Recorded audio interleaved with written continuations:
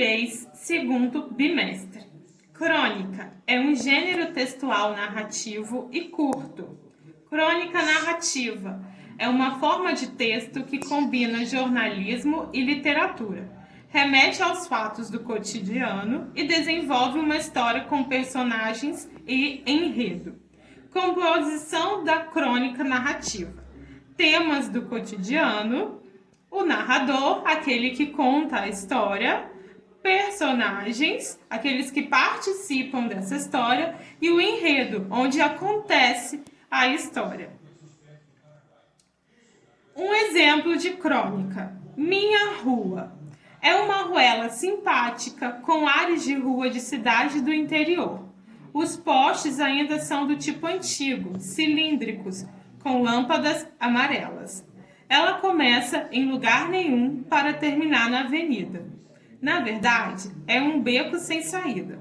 Quando um carro entra, pode-se ouvir as pedras soltas do calçamento acertarem a parte de baixo da flandagem do veículo. Autor desconhecido. Então, o que está relatando nesta crônica? Está relatando o dia a dia de alguém que vive nesta rua e os acontecimentos nela. Alguns sinais de pontuação. Vamos começar pela vírgula. Ela indica uma pequena pausa na leitura. Ela é usada para separar os nomes de uma relação.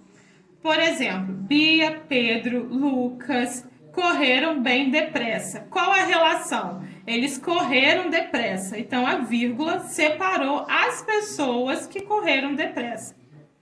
Separar palavras que indicam chamamento. Joaquim, venha cá. Psyu, venha devagarinho. Tayla. Separar os lugares das datas. Exemplo, Italva, vírgula, 10 de maio de 2011. Poderia ser Campo dos Goitacazes, 10 de maio de 2011. Travessão. É usado para indicar nos diálogos o início da fala dos personagens. Exemplo, muito bem, meu filho. Agora vamos para a cama. Tenho uma coisa para te contar.